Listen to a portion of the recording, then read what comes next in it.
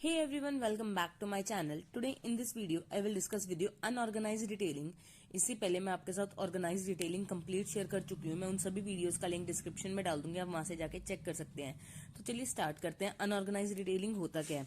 Unorganised word से clear हो रहा है कि एक तरह की डिटेलिंग है, पर जो ऑर्गेनाइज्ड वे में ना हो। ऑर्गेनाइज्ड वे क्या होता है? जब हम चीजों को प्रॉपरली अरेंज कर देते हैं उसे हम बोलते हैं ऑर्गेनाइज्ड वे। अनऑर्गेनाइज डिटेलिंग में क्या होगा? बिजनेस करते हैं, रिटेलिंग करते हैं, पर वो प्रॉपरली अरेंज नहीं होती। ये कंपल्शन के अंडर नहीं होती, इसमें हमें प्रॉपर अकाउंट्स मेंटेन करने की नीड नहीं होती। अनऑर्गेनाइज रिटेलिंग जो होती है ये स्मॉल बिजनेस ऑपरेटर्स करते हैं। ये लोग क्या करते हैं? टेक्निकल वर्क ज्यादा नहीं करते, ना ही प्रॉपर अकाउंटिंग स्टैंडर्ड्स के अकॉर्डिंग जो हमारे बोर्ड्स ने दे रखे हैं उसके अकॉर्डिंग अकाउंट्स मेंटेन करते। ये जर्नली क्या सोल्ड करते हैं? प्रोडक्ट सोल्ड करते हैं। अब इनके पास कुछ ब्रांडेड प्रोडक्ट्स भी होते हैं और कुछ क्या होते हैं? अनब्रांडेड प्रोडक्ट्स भी होते हैं। और जो ये मटेरियल लेते हैं ये जर्नली कहाँ से लेते हैं? होलसेलर से या डिस्ट्रीब्यूटर से सामान लेते हैं, और ये क्या करते हैं? स्मॉल स्केल पे भी रिटेलिंग करते हैं। The type of retailers operating in unorganised sector. जो अनऑर्गेनाइज सेक्टर में रिटेलर्स होते हैं वो कौन कौन से होते हैं? हमारे किराना शॉप वाले हो गए, वेंडर्स हो गए, मोबाइल वेंडर्स हो गए जो सामान बेचते हैं। ये जो प्रोडक्ट और सर्विसेज प्रोवाइड करते हैं ये फिक्स लोकेशन इनकी होती है, वहां पे प्रोवाइड करते हैं। अनऑर्गेनाइज सेक्टर में हमारे क्लोथ मर्चेंट आ गए, वेजिटेबल बेचने वाले आ गए, सब्जी बेचने वाले, ग्रोसरी का सामान बेचने आ गए, राशन वाले हो गए, क्लोथ बेचने वाले हो गए, टॉयज बेचने वाले हो गए। और जो ये रिटेलिंग जर्नली करते हैं ये सारी कौन से वे से होती है? अनऑर्गेनाइज्ड वे से होती है। अनऑर्गेनाइज्ड वे इनका कंटिन्यूसली चलता आ रहा है, इंडिया में अभी भी चलता है।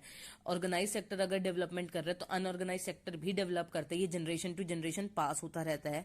अनऑर्गेनाइज सेक्टर में भी एम्प्लॉयमेंट मिलती है। अगर कोई अनऑर्गेनाइज सेक्टर है और थोड़ा बड़ा है, मिडिल क्लास फैमिली से है या कोई बिग फैमिली है, तो वो अनऑर्गेनाइज सेक्टर में शॉप कर रही है, जैसे किराने वाले हो गए या कपड़े बेचने वाले हो गए, तो इन लोगों को हेल्पर वगैरह की जरूरत पड़ती है, तो ये भी एम्प्लॉयमेंट अपॉर्चुनिटी प्रोवाइड करते हैं।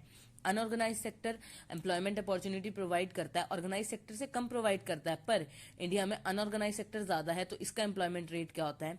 ज्यादा होता है। अब देखते हैं अनऑर्गेनाइज रिटेलिंग के फीचर्स क्या क्या हैं। अनऑर्गेनाइज रिटेलिंग क्या है? ट्रेडिशनल फॉर्मेट पे चलता है, और जिस तरीके से फॉर्मेट चलता आ रहा है उसी तरीके से इनकी जो कॉस्ट होती है रिटेलिंग की वो बहुत कम होती है। जैसे किराने वाले हो गए, जनरल स्टोर हो गए, पान वाला हो गए, ये अपने उसी ट्रेडिशनल फॉर्मेट के अकॉर्डिंग चलते हैं। ये नई नई चीजें ऐड करते हैं पर उन्हें भी ट्रेडिशनल वे से ही प्रेजेंट किया जाता है। एम्प्लॉयमेंट पोटेंशियल, अनऑर्गेनाइज्ड रिटेलिंग में जो एम्प्लॉयमेंट पोटेंशियल है वो कम है, ये लेबर इंटेंसिव होता है। ये स्मॉल नंबर ऑफ पीपल को तो एम्प्लॉय कर सकता है, लार्ज नंबर ऑफ पीपल को एम्प्लॉयज नहीं कर सकता। लो कॉस्ट ऑपरेशन, जो अनऑर्गेनाइज सेक्टर है उसको मैनेज करने में ज्यादा कॉस्ट नहीं आती, क्योंकि ये लोग ज्यादा टेक्निकल सर्विसेज यूज नहीं करते, कस्टमर्स को कोई ज्यादा स्पेशल फीचर्स नहीं प्रोवाइड करते, तो इनके ऑपरेशन लो कॉस्ट पड़ती है। नो लीगल प्रोविजन, इनके लिए कोई लीगल प्रोविजन नहीं है। जैसे ऑर्गेनाइज सेक्टर के लिए क्या होता है? इन्हें अलग से एक एरिया में अपना स्टोर बनाना पड़ता है, इन्हें पार्किंग फैसिलिटी प्रोवाइड करनी पड़ती है, इन्हें सेफ्टी मेजर्स देखने पड़ते हैं, वो सारे इसमें नहीं होते।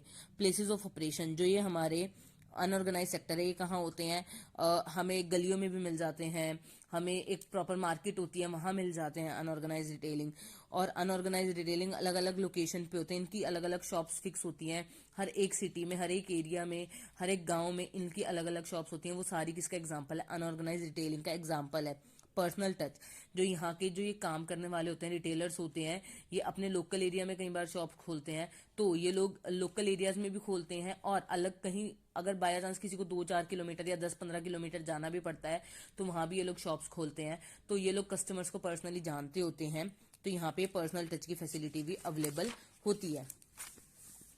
क्रेडिट फैसिलिटीज, ये लोग कस्टमर्स को पर्सनली जानते हैं तो ये क्या करते हैं? क्रेडिट फैसिलिटीज, उधार में भी सामान दे देते हैं।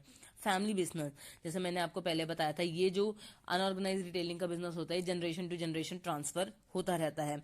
लोकेशनलीज, ये आसपास में ही होता है हमारे घरों के, तो हमें यहाँ से सामान लेना इजिली अवेलेबल पड़ता है, हम किसी भी टाइम सामान परचेजिंग कर सकते हैं। स्मॉल परचेज, यहाँ से हम छोटा मोटा 1-2 पैकेट भी या 1-2 सामान भी ला सकते हैं, ये भी इसका बेनिफिट है। आई होप आपको अनऑर्गेनाइज रिटेलिंग का मीनिंग और उसके फीचर्स समझ आ गए होंगे। अगर आपको कुछ डाउट है तो आप मुझसे कमेंट सेक्शन के थ्रू पूछ सकते हैं। Stay tuned for more videos. Thank you for watching.